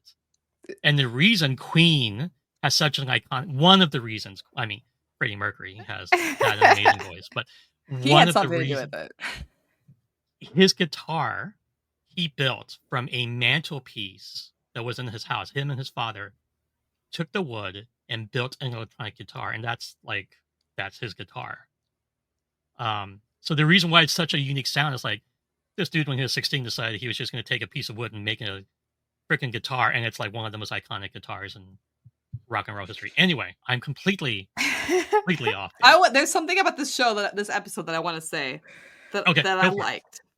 So one thing about this episode, and it was interesting watching it as somebody who'd never seen the rest of the show, because I'm looking at it kind of like with a blank slate on both sides of the episode, you know, which kind of worked really well for this particular episode to be able to like kind of look at it from a critical lens. Something that this episode does that I didn't see in any of the other episodes is, so you have the actual time loop that the RoboCop guy is doing here, but there's another time loop that's going on. I don't know if you guys got it. It's the time loop that's going on in Walter's head. It's the time loop of his memories that are going on at the exact same time as the actual time loop. And there is a moment towards the end of the episode when he actually says out loud that he feels like he keeps reliving this memory of the horrible thing that he did. And you realize that not only is everybody in an actual time loop, but he is in a time loop that he has constructed for himself in his own mind. And he is not able to get out of it. And I loved that because I was like, that is peak character development. I was like, I don't know anything about this character. I don't know anything about the story except what this episode has told me. And that already tells me so much about this particular character and how he responds to things in his life. And that was very, very cool. That is very cool. That is cool. And that's a very good observation. Thanks. Because I kind of glossed over that. But you're right. He is suffering. And it's kind of weird because I think he confesses to Peter Weller's character what he did because he knows it's a time loop. And yeah, he does. Yeah. He's not going to remember it, and it doesn't really matter. And this one person could care less because he's got his own thing going on. And in that confession, he says, I'm looking for a sign from the universe to forgive myself so that I can know that for a sign that God has forgiven me so that I can talk to Peter, because maybe if God can forgive me, maybe Peter can forgive me. And so Peter Weller's character asks, like, what would that sign be? Like, what? And he's like, a white tulip. And he's like, well, it's December or whatever in Boston. No, there are no white tulips blooming, let alone white tulips. And he's like, I know, but he's God. He could find a way. And this episode crushes me because the loop resets and Walter has told this guy how to get enough energy to travel back. And Peter Weller's character has promised, I will go back into an open, empty field so nobody will be hurt except for plants, which is kind of a dick move, but still. Yeah. So that I can save my wife. And so the guy goes back, holds on to the promise, and he travels back in time, goes to this field, and he's carrying with him a letter that he had written.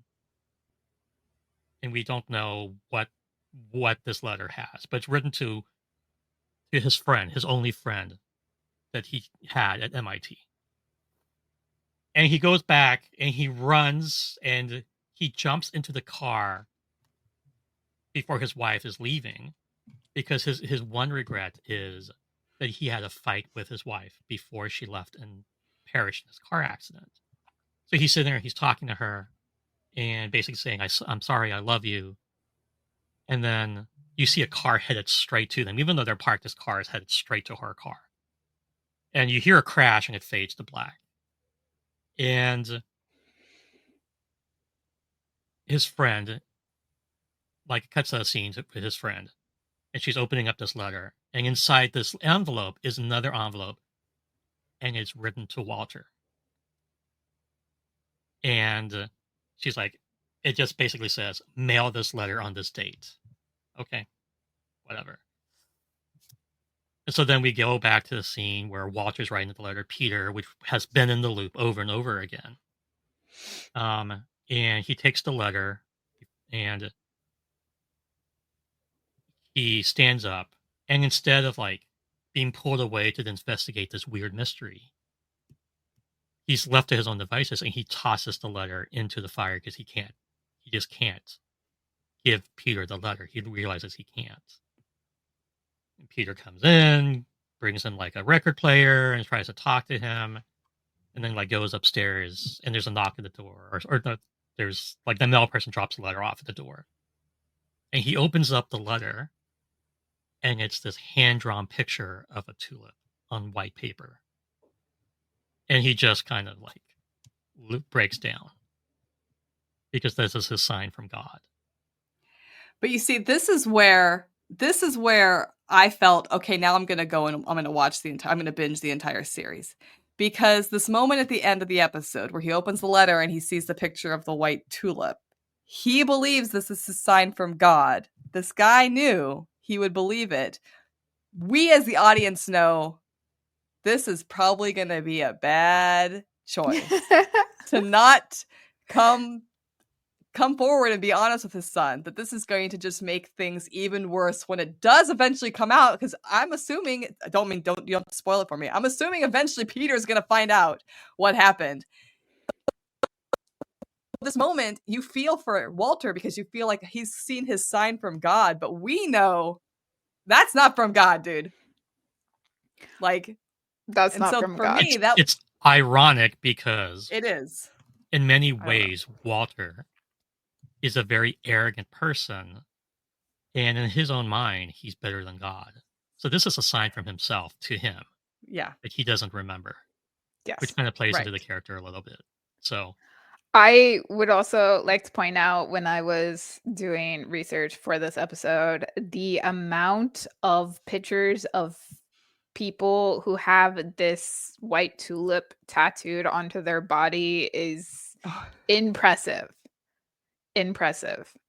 And it is just a very, very simplistic drawing of a tulip. So, like, a very, very simplistic and very noticeable that this is the same tulip over and over again as tattoos.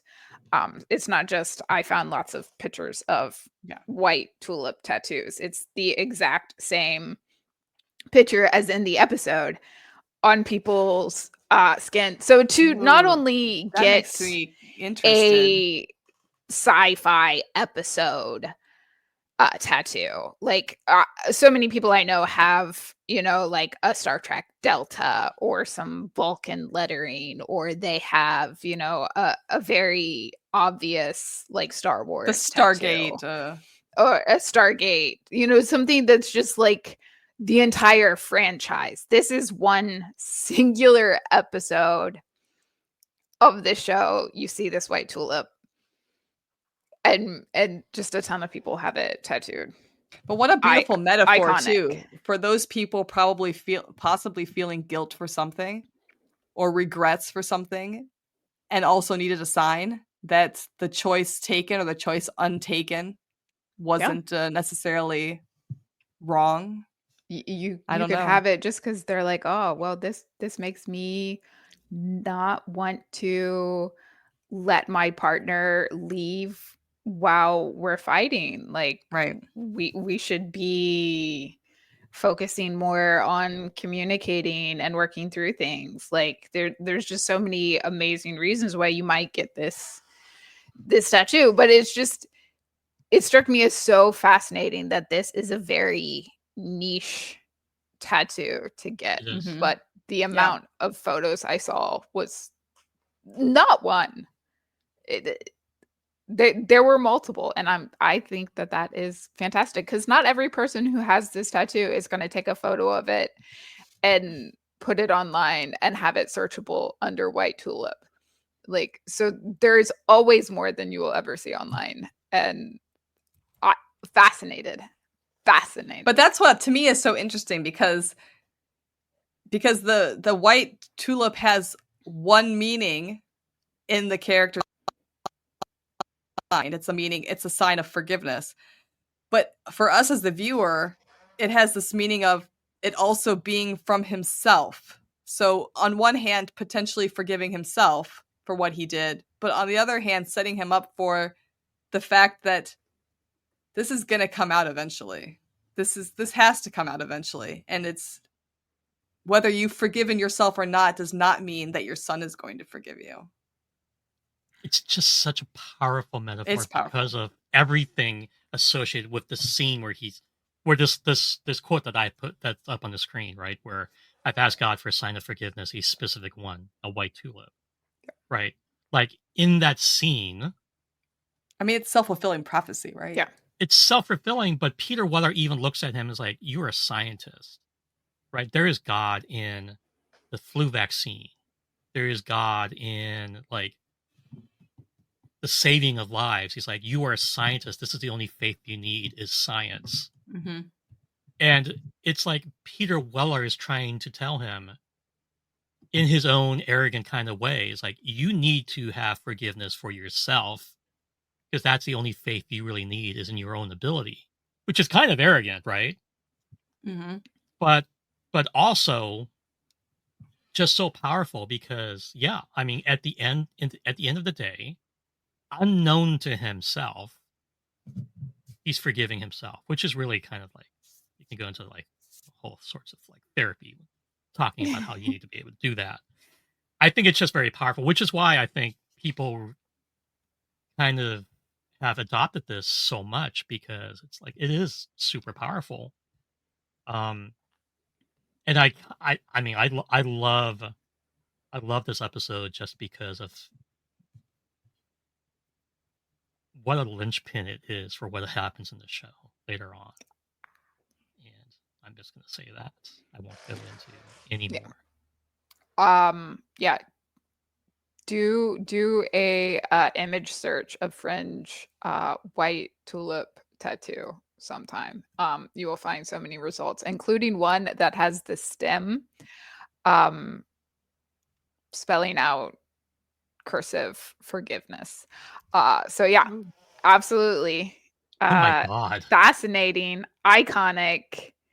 This had to have hit on an emotional level with so many people, and you have the benefit of there being a very, very simple symbol associated with it. I feel like a lot of episodes have the same amount of like emotional resonance with people, but they don't have that like very easy symbol to use with it. So not only do you get, a really hard-hitting episode, a lot of people focus on forgiveness a lot and forgiving themselves, but you also have just a very, very simplistic picture to go along with that. So that's why I think there are so many tattoos of it, as opposed to other niche episodes from shows. But yeah, ouch. What I do find interesting about these last three examples, where the time loop is essentially caused by somebody wanting to go back and save the person they love.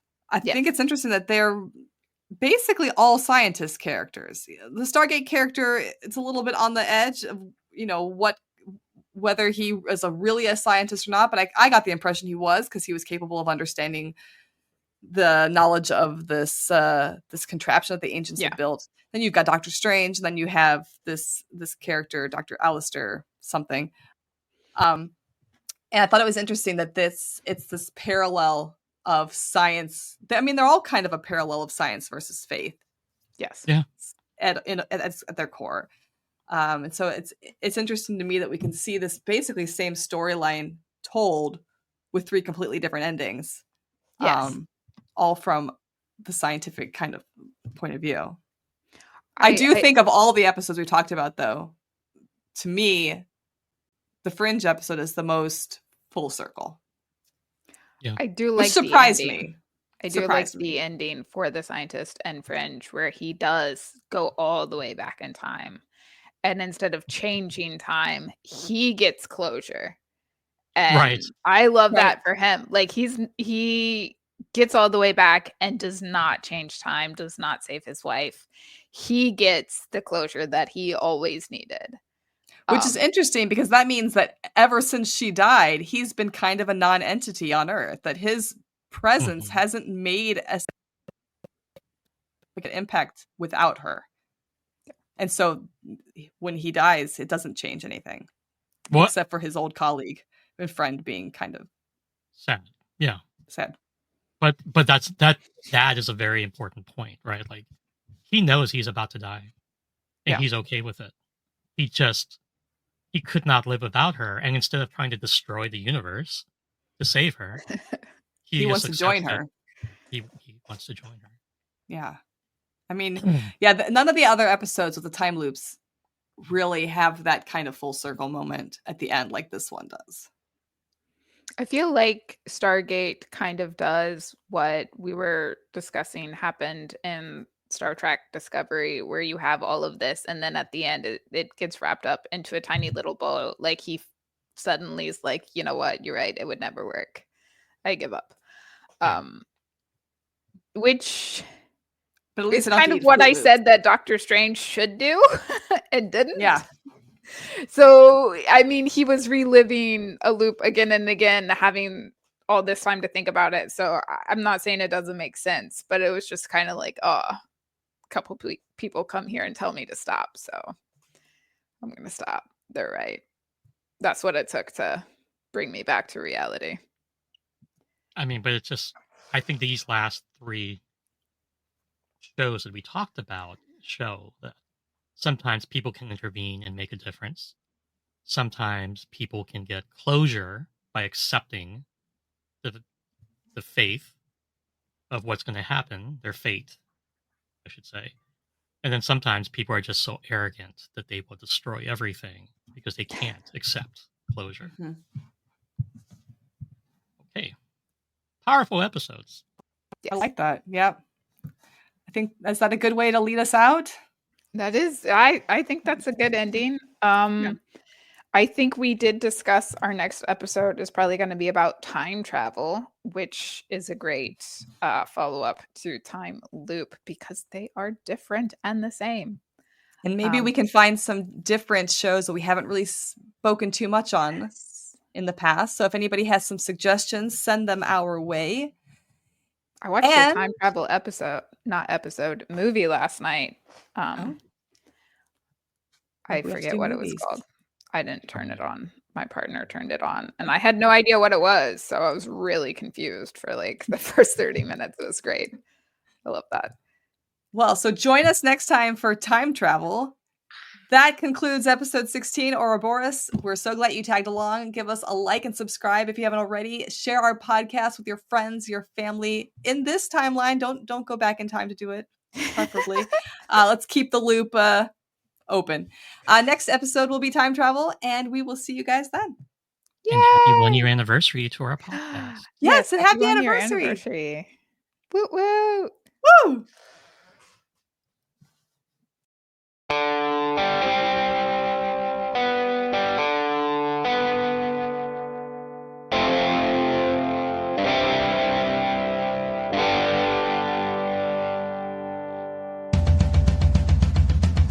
Going out to explore.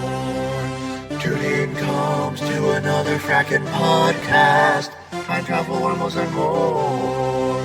Chevron's locked on another frackin' podcast. Debating all the lore. We get signal of another frackin' podcast. Nerdy topics galore.